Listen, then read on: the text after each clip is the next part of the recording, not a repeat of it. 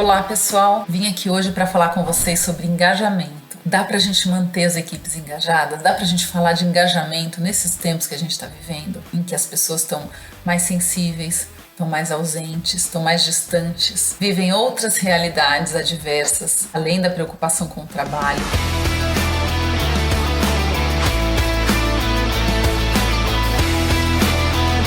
Mas por que a gente vai falar de engajamento? Olha só, vou trazer alguns dados interessantes para vocês. Primeiro porque a preocupação com o engajamento é uma preocupação legítima que as empresas têm tido. E ela é justificada. Quando a gente pensa em engajamento, a gente pegou uma pesquisa da Gallup para trazer uma referência para vocês. A gente pode considerar que quase 20% dos colaboradores são menos produtivos quando eles não estão engajados. E quase 40% se ausenta mais, pratica mais absenteísmo. Olha que interessante. E aí quando a gente fala de uma gestão à distância, né, de realidades em que as equipes estão em home office, esse absenteísmo ele acaba ficando mais intensificado por razões diversas, né? Se a gente pensar em foco das equipes, se a gente pensar que as pessoas estão envolvidas com muito mais de perto com as suas realidades cotidianas, são crianças dentro de casa, são situações mais próximas, né? Até pouco tempo atrás, as crianças estão assistindo aula à distância. Então esse absenteísmo, ele fica intensificado, porque nem sempre ele é, inclusive, oficializado, né?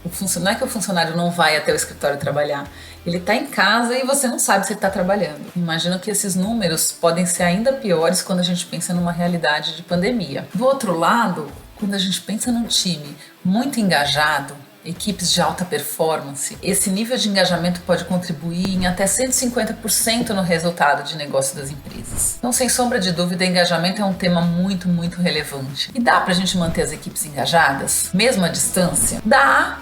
E aí a gente vai falar, eu queria falar para vocês de um conceito da Kim Scott, que é o da empatia assertiva. Quando a gente fala de empatia assertiva, a gente está usando duas expressões muito poderosas. A gente está falando da empatia, no sentido de que eu consigo me colocar no lugar do outro, e a assertividade, que é ser preciso e ser direto na informação que eu quero passar. O que é assertividade? Se a gente for trazer um conceito de assertividade, né? Assertividade é a competência emocional que determina que o indivíduo consegue tomar uma posição clara. Eu consigo ser assertivo quando eu sou preciso naquilo que eu vou dizer. Mas então a assertividade a gente pode considerar que eu preciso ser muito enfático? Não, porque a empatia faz o contraponto. Essa junção desses dois conceitos trazem resultados muito bem sucedidos e foram explorados pela Kim Scott. Inclusive ela tem um livro com esse título que traz pra gente uma inspiração importante na hora de a gente fazer a gestão das equipes. Então a gente fala, quando se pensa em empatia assertiva, existe o paradigma da abundância. De um lado eu tenho a coragem,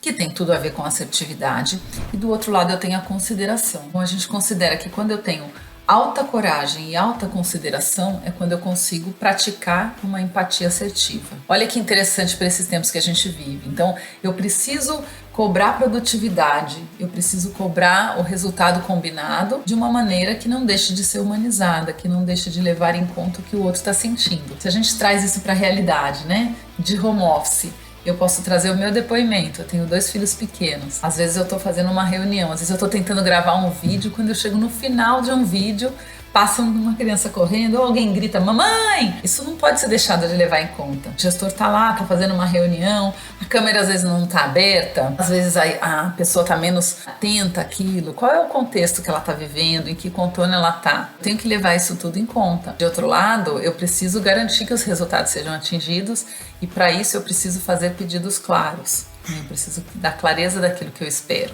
Aí, quando a gente consegue somar a coragem com a consideração, a gente atinge um bom resultado. E a gente tem o que a gente chama da persistência, né? Eu consigo ter uma relação que é ganha-ganha. Consigo dar ao outro uma clareza do que eu estou esperando de uma maneira muito adequada, de uma maneira apropriada. Aí eu tenho sucesso. E o feedback é uma das ferramentas mais valiosas para eu conseguir fazer a junção desses dois aspectos. Mas aí é um assunto para uma outra conversa. Então é isso aí, gente. Até breve. A gente se fala mais vezes.